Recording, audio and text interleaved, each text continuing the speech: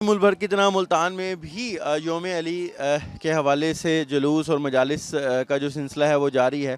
और मौला अली की जो यहाँ पर शहादत है उसके मसाइब और उसके फ़ज़ाइल भी यहाँ पर जो है वो बयान किए जा रहे हैं ज़ाकिरीन की जानिब से। और बड़ी तादाद में जो यहाँ पर अज़ादार हैं वो मौजूद है। मुल्तान में आज छोटे बड़े 15 मातमी जुलूस जो है बरामद किए जा रहे हैं। साथ साथ 20 मजालिस जो हैं वो भी बर्पा की जा रही हैं। और पुलिस के मुताबिक जो 2 जुलूस हैं और 2 मजालिस ऐसी हैं कि जिनको ए कैटेगरी में फ़ाल किया गया, जो इंतहाई हसास करार दी गई हैं। साथ साथ 2000 के करीब पुलिस एहलकार और अफसरान जो है वो भी यहाँ पर जुलूसों की मॉनिटरिंग कर रहे हैं, वो भी यहाँ पर ड्यूटी पर मामूर हैं।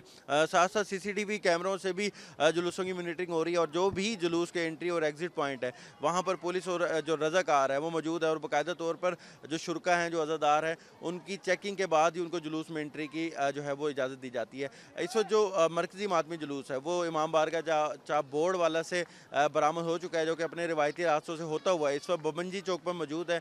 यहीं पे नमाज ज़ोहरैन भी अदा की जाएगी और यहाँ से जो फिर ये मरकज़ी मातमी जुलूस है वो अपने रिवायती रास्तों से होता हुआ वापस ही चाप बोर्ड वाला इमाम बारगाह पर जाकर इख्तिताम पजीर हो जाएगा।